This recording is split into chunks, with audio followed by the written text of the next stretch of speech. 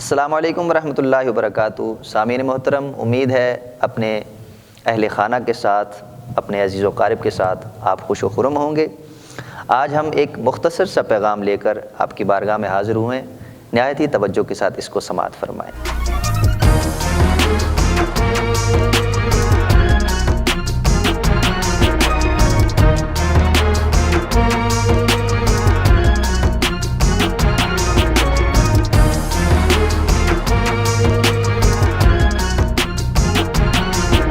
الحمدللہ رب العالمین والصلاة والسلام علی سید الانبیاء والمرسلین۔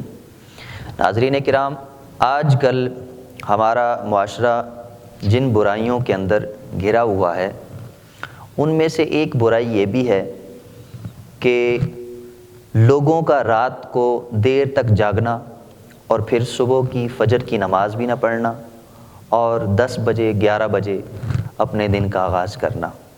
چونکہ ہم مسلمان ہیں تو اگر اس چیز کو اسلامک پوائنٹ آف ویو سے دیکھیں تو یہ سراسر غلط ہے، یہ بالکل بھی درست نہیں ہے۔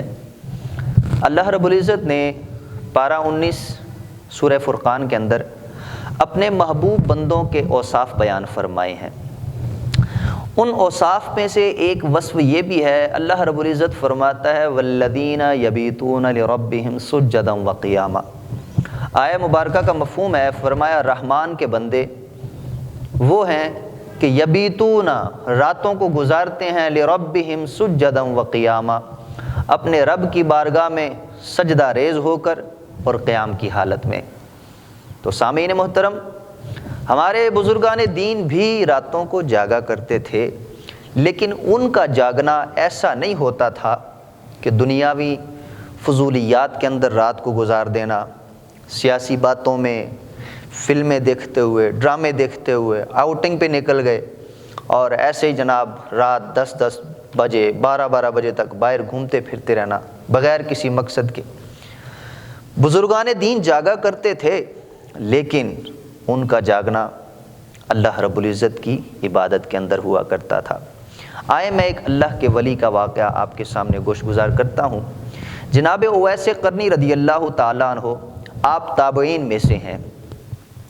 آپ رحمۃ اللہ تعالیٰ علیہ کی سیرت کے حوالے سے آتا ہے کہ آپ جب رات ہوتی تو آپ فرماتے کہ آج کی رات قیام کی رات ہے۔ ساری رات آپ قیام کی حالت میں گزار دیتے اور اللہ کی بارگاہ میں اللہ کی توصیف حمد و ثنا کرتے ہوئے گزار دیتے۔ اگلی رات آتی تو آپ فرماتے آج کی رات رکوع کی رات ہے اور ساری رات رکوع میں گزار دیتے۔ اگلی رات آتی تو آپ فرماتے آج کی رات سجدے کی رات ہے، ساری رات سجدے کی حالت میں گزار دیتے۔ کسی نے کہا اے اویس، اللہ نے بڑی ہمت دی ہے، بڑی طاقت دی ہے، ساری رات سجدے میں گزار دیتے ہیں۔ تو آپ رحمۃ اللہ تعالی علیہ نے کیا خوب ارشاد فرمایا۔ دیکھیے سامعین، اللہ رب العزت کے جو محبوب بندے ہیں ان کا اللہ سے لگاؤ کیسا تھا، اللہ سے محبت کیسی تھی۔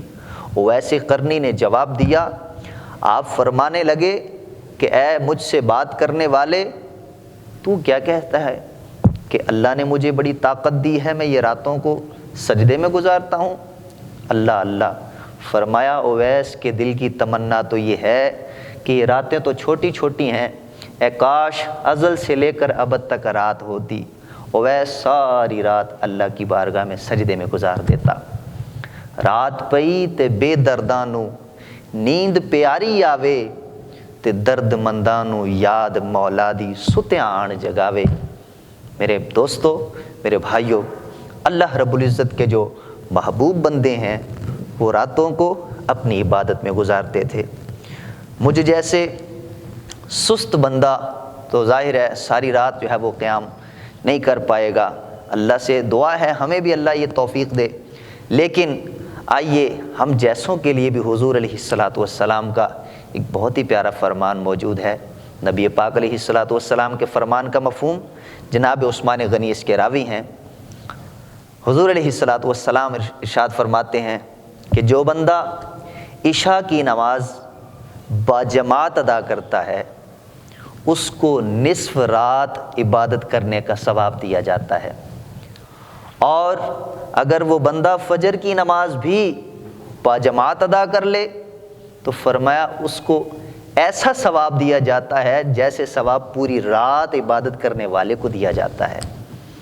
تو آئیں آج سے یہ تہیہ کریں کہ ہم اپنی راتوں کو ایسے فضولیات کے اندر نہیں گزاریں گے، بلکہ کوشش کریں، چلیں رات کو کوشش کریں تہجد پڑھنے کی، اگر ذہن نصیب اچھا ہے، اگر نصیب ہو جائے، توفیق مل جائے، اور اگر یہ نہیں ہو سکتا تو کم از کم اتنی بات ضرور کریں کہ اپنی نمازوں کو جماعت کے ساتھ ادا کرنے کی کوشش کریں، تاکہ ہم جو ہے عشاء کی نماز، فجر کی نماز ادا کریں گے باجماعت تو ساری رات ثواب کرنے کا ثواب ایسے ہی مل جائے گا۔